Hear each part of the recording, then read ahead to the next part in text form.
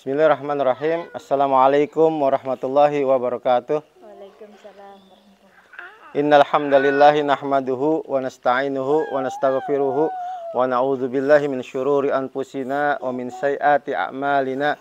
May yahdihillahu fala mudhillalah wa may yudlil fala hadiyalah. Asyhadu an la ilaha illallah wahdahu la syarikalah wa asyhadu anna Muhammadan abduhu wa rasuluh la nabiyya ba'dah. Allahumma sholli ala nabiyyina Muhammadin wa ala alihi wa ashabihi wa man tabi'al huda ila yaumil qiyamah. Amma ba'du, faqala ta'ala wa in khiftum alla tuqsitu fil yatama fankihu ma taba lakum minan nisa'i masna wa thulatha wa ruba' wa in khiftum alla ta'dilu fawahidah. Alhamdulillah, kali ini kita akan membahas kitab Al-Adl fit Ta'addud. Al-Adl fit Ta'addud. Adil dalam ta'addud, karangan Ustadz Dr. Abdullah bin Muhammad bin Ahmad At-Thayyar. Beliau adalah dosen di Jami' Al-Qasim, Universitas Al-Qasim, Saudi. Beliau mengarang kitab ini karena beliau beberapa kali menangani permasalahan rumah tangga, di mana dalam permasalahan itu ada kezaliman di antara pasangan suami istri yang berlaku ta'addud atau melakukan praktik poligami, di mana dia berlaku zalim, tidak berlaku adil, dan juga ada juga bukan dari kalangannya pihak suami aja, dari istri-istrinya kadang juga menuntut hal-hal yang di luar kewajaran, yang bukan merupakan kewajiban dari suami, jadi menuntut lebih dari sekedar kewajiban suami.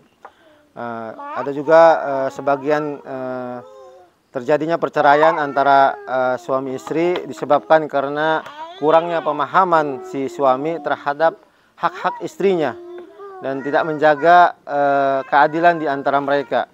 Nah, ini juga yang menyebabkan terjadinya perceraian.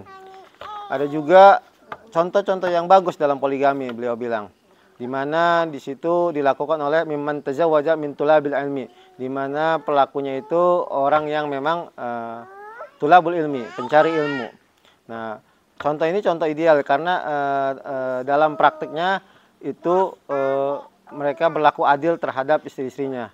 Hatta asbahat zaujatuhum kal akhwat, hingga antara istri-istri mereka itu seperti saudara sendiri, seperti saudari sendiri.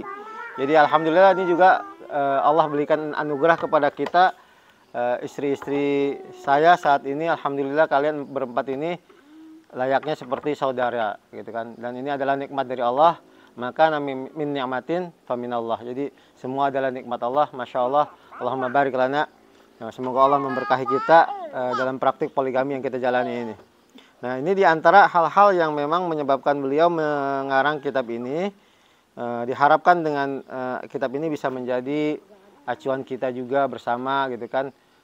Yang kita belum ketahui, kita pelajari, gitu kan. Yang sudah kita ketahui, kita tingkatkan pengetahuan kita. Dan juga semoga bermanfaat untuk orang lain. Nah, beliau membagi kitab ini ada beberapa pembahasan, cukup banyak pembahasan terkait poligami, seperti hukum poligami, hikmah disyariatkannya poligami, syarat-syarat dalam poligami, terus juga ada syarat-syarat yang dibuat-buat yang tidak sesuai syariat dalam poligami, penafsiran tentang ayat poligami, kesalahan pemahaman terhadap ayat poligami, syubhat-syubhat seputar poligami, hikmah pembatasan istri hanya 4, gitu kan, dan banyak lain halnya. Di sini insya Allah akan kita bahas. Ya, mudah-mudahan kita bisa bahas satu persatu pembahasan yang ada di sini. Tapi kemungkinan tidak berurutan, tapi karena ada hal-hal pengulangan-pengulangan di dalam pembahasan yang lain setelah saya baca, sehingga nanti insya Allah akan kita kaitkan dengan bab-bab yang memang terkait. Ya, kita mulai pembahasan yang pertama itu hukum ta'addud, hukum ta'addud. Jadi apa hukum ta'addud itu? Qala al-muallifu, berkata pengarang kitab ini, dalal kitabu wa sunnatu wa ijma'ul ummati ala jawazit ta'addudi. Al-Quran, sunnah, dan konsensus ulama, konsensus umat, konsensus itu adalah ijma, kesepakatan umat, menunjuki bahwasanya kebolehan ta'addud, kebolehan poligami. Jadi poligami itu boleh ada di dalam Al-Quran, sunnah, serta ijma ummah. Dalilnya apa? Tadi yang saya bacakan di dalam pembukaan. Fankihu ma tabalakum minan nisa'i masna wa sulasa wa ruba. Maka nikahilah perempuan yang kamu sukai gitu. 2, 3 dan 4 atau 4. Wa in khiftum alla ta'dilu, kalau kamu takut fa in khiftum alla ta'dilu, jika kamu takut tidak berlaku adil, fawahidah, maka cukup 1. Jadi anjurannya itu fankihu, kalimat amr. Kalimat amr itu kalimat perintah. Al aslu fil amr lil wujub. Asal dari ada perintah itu wajib, illa bi qarinatin, kecuali ada qarina atau ada indikasi lain yang menyebabkan itu tidak wajib. Nah, dalam pernikahan itu ada indikasi-indikasi bahwa nikah itu bukan wajib, tapi lil ibahah, tapi boleh. Jadi asal hukum nikah itu adalah mubah. Jadi asal nikah itu bukan wajib gitu. Asalnya mubah, tapi nanti dia akan berubah hukumnya tergantung kondisi masing-masing. Nah, begitu juga ta'adud, poligami. Hukum asalnya adalah mubah. Begitu. Adapun dia menjadi sunnah, menjadi wajib, menjadi haram, menjadi makruh, itu terhadap kondisi tergantung kondisi yang ada gitu kan. Kalau seorang yang memang kalau dia nggak ta'adud maka dia akan terjerumus kepada dosa besar atau yang lainnya, bisa menjadi wajib gitu kan. Gitu. Tapi itu adalah korina-korina yang menyebabkan dia itu menjadi wajib. Tapi pada asalnya adalah sunnah, asalnya adalah mubah gitu. Tapi pernikahan itu juga menjadi sunnah karena memang dilakukan Nabi gitu kan. Secara perilaku Nabi maka dia menjadi sunnah. Sunnah dalam artian ini dilaksanakan oleh Nabi. Jadi sunnah Nabi. An-nikahu sunnati. Nikah itu adalah sunnahku. Faman raghiba an sunnati falaysa minni. Siapa yang nggak mau mengikuti sunnahku, maka bukan golonganku. Jadi nikah itu adalah sunnah. Begitu juga poligami adalah nikah, berarti nikah lagi juga sunnah Nabi karena Nabi juga melakukannya seperti itu. Wa anna lirrajuli ayyajma'a fi ismatihi baina aktsara min zaujatin. Dan bahwasanya bagi seorang laki-laki itu boleh dia menghimpun lebih dari satu istri dalam satu penanggungannya, dalam satu pemeliharaannya. Jadi dia boleh lebih dari satu istri seperti itu. Kama dalal kitab wa sunnatu wa ijma'ul ummati ala annal qadarul al-jaiza fi dzalika arba'u niswatin faqat. Sebagaimana juga kitab, sunnah dan ijma' ummah menunjuki bahwasanya batasan yang diperbolehkan dalam poligami itu 4 istri saja. Jadi ada batasannya nikah itu.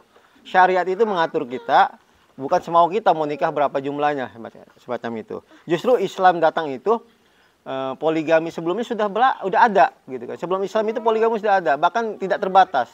Jadi makanya dengan adanya Islam justru poligami dibatasi 4 istri saja gitu. Walaisa lirrajuli ayyajma'a fi asmatihi aktsara min hadzal adad. Dan tidak boleh bagi laki-laki itu menghimpun lebih dari 4 istri dalam satu penanggungan, dalam satu pemeliharaan. Jadi nggak boleh lebih dari 4 istri, kecuali ada istrinya yang lepas dia nikah lagi, atau istrinya yang gugur meninggal dia menikah lagi, itu boleh sehingga genap 4. Tapi nggak boleh lebih dari itu, gitu. Karena ini memang yang dilakukan para sahabat, gitu kan. Qala al-alamatu Ibnu Katsirin rahimahullah fi tafsirihi.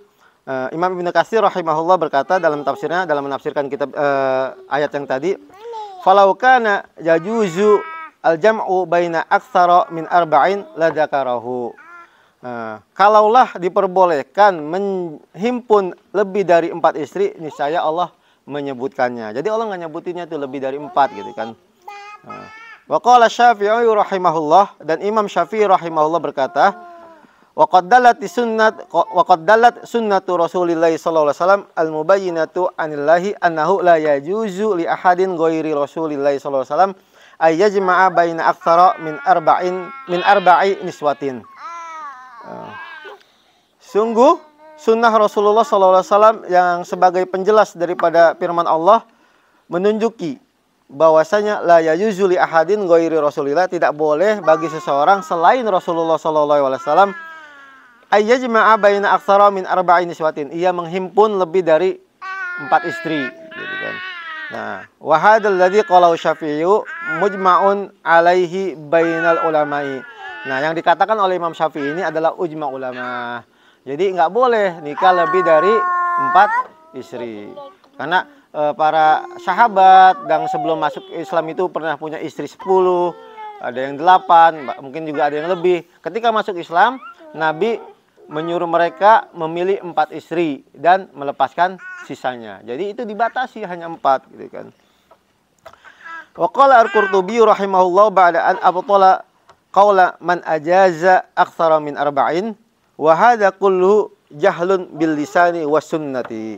Imam Al-Qurtubi rahimahullah berkata setelah beliau menyanggah perkataan orang yang membolehkan lebih dari 4, beliau katakan wa hadza kulluhu jahlun bil lisani was sunnah. Ini semuanya karena kebodohan akan bahasa Arab dan sunnah Nabi. Jadi ada memang segolongan yang membolehkan beristri lebih dari 4 gitu kan. Mungkin ya, ini nggak disebut di sini ya. Mereka mengartikan waw dalam kata masna wa sulasa, 2 dan 3, wa ruba dan 4 itu tambah. Masna dan itu boleh, berarti boleh tambah. Nikahilah perempuan yang kamu sukai masna 2, wa sulasa dan 3. 2 dan 3 berapa? 5, waruba dan 4, jadi 9. Jadi bilang nikahi boleh 2 dan 3, boleh juga ditambah 3, boleh juga ditambah 4. Jadi 9 banyak. Nah ini mungkin mereka menafsirkan seperti itu, makanya dikatakan jahlun bilisani, bodoh terhadap kaidah bahasa Arab dan juga wasunnah dan sunnah. Karena prakteknya para sahabat itu tidak ada yang melakukan poligami lebih dari 4. Idlam yusma' an ahadin minas sahabati walat tabi'ina annahu jama'a fi ismatihi aktsara min arba'in. Karena belum pernah didengar tuh dari salah seorang sahabat pun dan juga dari tabi'in juga nggak ada annahu jama'a, bahwasanya ia menghimpun fi ismati aktsara min arba'atin. Dia menghimpun lebih dari 4 istri dalam satu pemeliharaan. Jadi nggak ada tuh sahabat dan tabi'in yang melakukan seperti itu. Yang ada tadi seperti disebutkan bahwa yang punya istri bahkan lebih dari 4, yang ada yang 10, ada yang 8, ketika masuk Islam disuruh pilih 4, yang sisanya diceraikan. Wa qala al-alamatu Ibnul Arabi rahimahullah, dan berkata al-alama Ibnu Arabi rahimahullah, qad tawahhama qaumun minal juhali anna hadhil ayata tubihu lirrajuli tis'u niswatin. Hadi ya. Jadi isim khabar inna. Dan mengira mengumpamakan kaum yang bodoh ini bahwasanya ayat ini itu membolehkan laki-laki beristri 9 gitu. Yang tadi kan masna 2 dan 3 jadi 5 dan 4 jadi 9. Wa addadu bi jahalatihim bi anna nabiyya sallallahu alaihi wasallam kana tahtau tis'u niswatin. Dan mereka ngeyel, mereka kokoh dengan kebodohan mereka bahwasanya Nabi SAW itu juga memiliki 9 istri. Jadi dia mengaitkan ini ayatnya begitu, Nabi juga istrinya 9. Wa qad kana tahna Nabi SAW aktsara min tisin. Bahkan istri Nabi itu lebih dari 9. Ada yang mengatakan 11, ada yang mengatakan 12. Karena Maria Al-Qibtiyah dianggap sebagai istri, jadi 12. Tapi ketika beliau meninggal, itu yang tersisa 9 istri. Padahal apa itu? Walahu pinikahi wa fi ghairihi khasaisu laysat li ahadin. Padahal Nabi itu memiliki kekhususan tersendiri, baik di dalam hal nikah ataupun selainnya. Hal ini tidak dimiliki oleh orang lain gitu kan. Hanya Nabi yang boleh. Hanya Nabi yang boleh lebih istri dari 4. Ini adalah khususiat daripada Nabi kita sallallahu alaihi wasallam. Ini adalah privilege, bahasanya privilege. Privilege itu ya udahlah, emang udah ininya Nabi gitu kan. Khususiat Nabi. Nah, Nabi punya khususiat. Nah, Nabi memang teladan kita. Nabi memang qudwah kita. Kita mengikuti petunjuk Nabi. Tapi ada peraturan, ada kaidah juga yang nggak semua kita bisa ikuti Nabi. Yaitu dalam hal bab nikah ini kita nggak bisa ikutin semua Nabi. Semua yang Nabi lakukan. Nabi itu punya khususiat dalam bab pernikahan. Contoh, Nabi itu boleh menikah lebih dari 4. Nabi boleh menikah tanpa mahar, tanpa saksi, tanpa wali. Sebagaimana Nabi menikahi Zainab binti Jahash. Zainab binti Jahash ini adalah mantan istri anak angkatnya Nabi, Zaid bin Harithah. Setelah iddahnya selesai, Allah perintahkan Nabi untuk menikahi si Zainab. Ini juga hikmahnya agar orang Arab tidak menganggap bahwa anak angkat itu sebagai anak kandung. Jadi anak angkat, kalau istri anak kan nggak boleh dinikahin, mantu kan nggak boleh nikahin. Nah si Zaid ini anak angkat Nabi, gitu kan. Dan Zainab itu istri dari Zaid, istri dari anak angkat Nabi. Jadi boleh dinikahi, gitu kan. Karena dulu orang Arab kalau anak angkat pun diangkat seperti anak sendiri, jadi nggak boleh dinikahin tuh anak dari anak angkat. Nah ini juga untuk supaya jelas bahwa anak angkat itu istrinya boleh dinikahi dan anak angkat itu bukan anak kandung, gitu kan. Beda hak-haknya, gitu kan.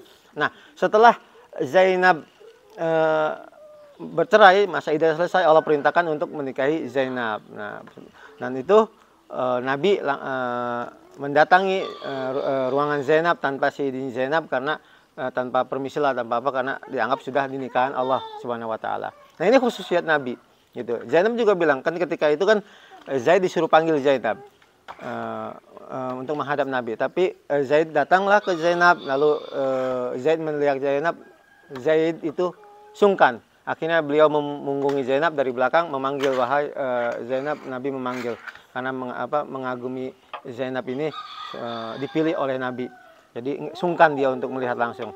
Tapi kata Zainab, saya tidak akan keluar sampai Allah menetapkan bagiku ketentuannya. Makanya turun ayat bahwa setelah selesai masa iddahnya dengan si Zaid, Allah nikahkan si Zainab dengan Nabi. Lalu Nabi datanglah, Nabi yang datang ke Zainab, masuk ke ruangan Zainab, seperti itu. Nah, itu khususiat Nabi. Nabi juga bila ada wanita menghibahkan dirinya kepada Nabi khalisatan, secara sukarela, itu kalau Nabi menginginkannya, itu boleh. Jadi datang wanita menawarkan diri buat Nabi untuk dinikahi, boleh Nabi nikahi tanpa ada wali, tanpa ada saksi, tanpa ada mahar. Nah ini kejadian banyak wanita yang menawarkan kepada Nabi. Ada kejadian salah seorang wanita ketika di majelis datang kepada Rasulullah menawarkan diri, tapi Rasulullah enggan. Lalu Rasulullah menawarkan kepada sahabat yang lain, gitu kan. Nah Anas menceritakan hal ini kepada anaknya. Anas bin Malik menceritakan hal ini kepada anaknya. Kata dia, wanitanya nggak tahu malu. Tapi kata Anas bin Malik apa? Dia lebih baik dari kamu, gitu kan. Kenapa? Karena dia mencintai Rasulullah dan dia menyerahkan dirinya kepada Rasulullah, seperti itu.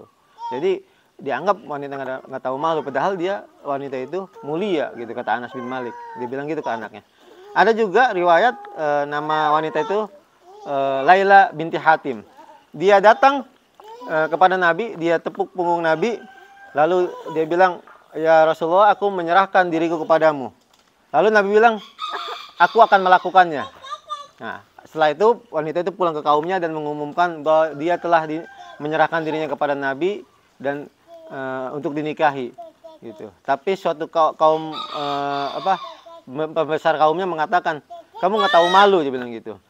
Nabi itu memiliki istri-istri yang juga punya rasa cemburu, gitu kan, untuk menjaga perasaan istrinya. Maka kembalilah dan mintalah dibebaskan oleh Nabi. Lalu perempuan itu, si Laila binti Hatim ini, datang lagi ke Nabi minta dibebaskan. Nggak tahu riwayat apakah Laila binti Hatim ini didukhul, disetupi Nabi atau enggak. Tapi kata Ibnu Abbas nggak ada yang didukhul oleh Nabi, wanita-wanita yang menawarkan diri kepada Nabi. Inilah keistimewaan Nabi. Walaupun dikasih privilege gitulah wanita menawarkan diri kepadanya, tapi Nabi nggak lakukan itu. Coba kalau Nabi lakukan, mungkin umat-umat yang nyeleneh bakalan ngikutin, gitu kan. Karena yang ini aja nih, yang lebih dari 9 aja kan, yang lebih dari 4 aja, 9 dibilang, karena Nabi ngelakuin 9, maka kita boleh 9, gitu kan. Nah, kalau Nabi, kalau ada perempuan yang nawarin diri, dia terima, bisa jadi orang-orang yang nyeleneh ini menjadikan dalil, wah Nabi aja menerima, gitu kan, perempuan gitu. Tapi Nabi nggak lakuin, alhamdulillah, gitu kan. Padahal itu halal buat Nabi, gitu kan.